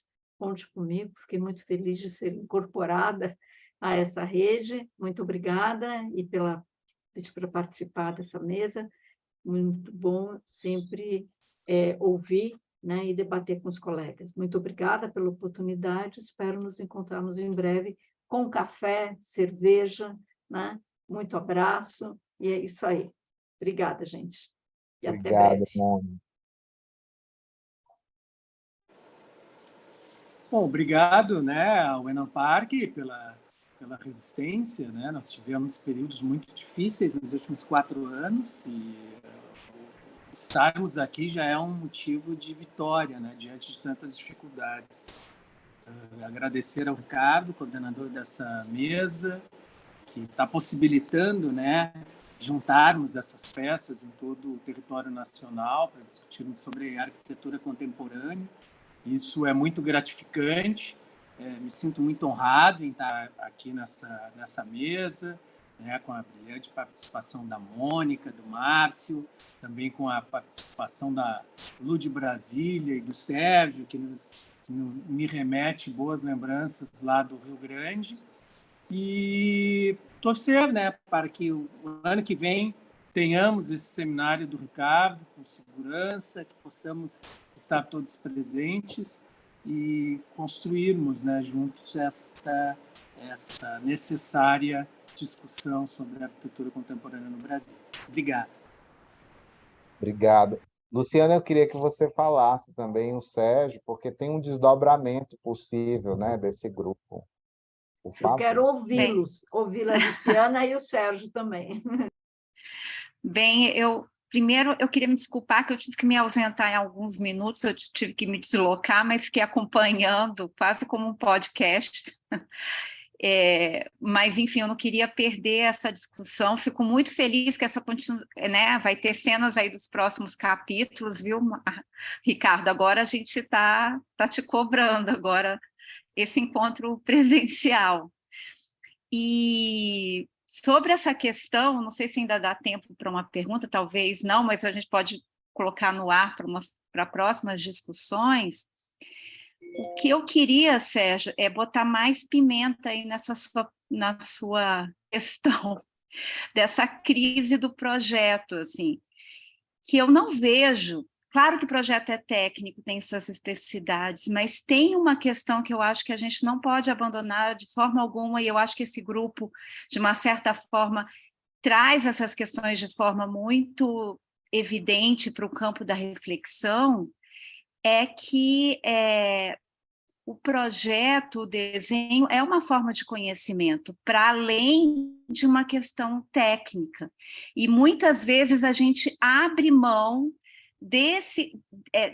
dessa forma de pensar, de refletir, de discutir, que é uma linguagem universal, né? Os concursos estão aí para mostrar isso, como que tem impacto.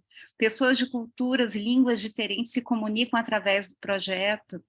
E que, de fato, às vezes, nas discussões políticas, eu também ressinto o desenho como uma forma de reivindicação desse campo. Veja os planos diretores que cada vez mais, eu que estudo historiografia da primeira metade do século XX, os planejamentos, os planos diretores eram muito bem desenhados, assim, as curvas de nível, a topografia, que é uma questão ambiental, que é uma agenda política. Trazer esse desenho, cada vez mais a gente está perdendo espaço nos nossos planos diretores para uma espécie de direito urbanístico. São só gabaritos, afastamentos, e a gente não traz o desenho da cidade como forma de reflexão futura. Parece que é uma consequência sem controle, meio caótica. Não que a gente tenha que ter um certo autoritarismo do desenho também, mas acho que o desenho como forma de discussão, inclusive com quem não é da área.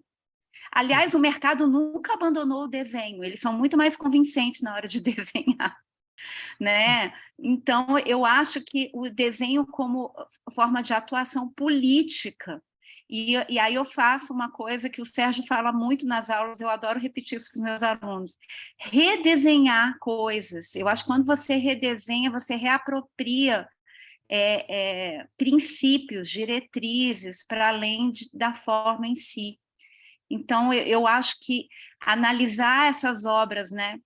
Eu não consegui acompanhar tudo, mas o pouco que eu ouvi, principalmente, traz a configuração do espaço como uma forma de cidadania, de atuação e de bem-estar social. Eu acho que isso a gente tem que trazer, principalmente para o campo acadêmico, e que muitas vezes parece que é uma questão formalista, e não é de forma alguma, né? Então, é mais um comentário, assim, geral. Maravilha. Muito bem, Lu. Eu, assim, fechando as falas, né, fiquei muito contente com as falas de um modo geral. Os comentários de todos parecem convergir nessa direção, que a nossa especificidade profissional não obstaculiza nenhuma ação de outra ordem. Pelo contrário, pode ser uma ferramenta importante, né, e eficaz de mudança, como o exemplo que a Mônica trouxe muito bem, né? Eu acho que, de alguma forma, o que aconteceu aqui na Orla de Porto Alegre também está dentro desse mecanismo. Mas, concluindo, volto a bater na mesma tecla, que o bom mesmo vai ser nós discutirmos isso comendo caranguejos.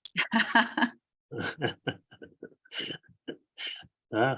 Eu acho que aí Nossa, o quanta Ricardo responsabilidade. entendeu a mensagem. O happy hour, né, Sérgio? Happy hour. Happy hour. É isso aí. Nós estamos já com uma dívida, né, Mônica, que está acumulando aí. Pois é, se ameaça que vem e não vem.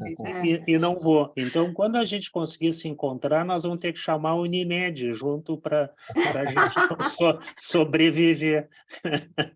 Então, eu vou fazer inveja para vocês, porque amanhã eu encontro o Sérgio em São Carlos, para a diretoria verdade. da ANPAC. Olha A gente já vai antecipar aí, né, Sérgio? esse happy hour, pois é, olha só. Mas, olha, muito feliz de reencontrar aqui o Marcos, né? Conhecer a Mônica, mesmo que virtualmente, mas a gente tem que estender esse encontro. Isso aí, foi ótimo, Luciana, muito obrigada. Obrigada, Maíra, pelo apoio também. Obrigado, Maíra. Maravilha. Pois, gente, muito obrigado mais uma vez, né? A gente dá por encerrado aqui essa conversa, e ela, né, tem muitos outros desdobramentos, conforme a gente falou aqui, e vamos lá continuar acompanhando aí o evento, que tem muitas boas atrações, muitas boas discussões. Enfim, né, a existência da ANPAC, o evento chegar nessa dimensão, é o sinal que nós estamos nos fortalecendo, né, como pós-graduação, como pesquisadores, como professores, e criando essas redes, como disse a Mônica, isso é fundamental, tá bom? Então, um abraço, até o cachorrinho entrou aí, um abraço no cachorrinho também. Sem vergonha, ela pulou no colo. Desculpa. Não tem problema. Tchau, tchau, gente. Um abraço. Tchau, obrigada. Tchau, Mônica. Prazer te ver. Tchau. Tchau, gente. Um prazer. Ricardo. Tchau. Todos.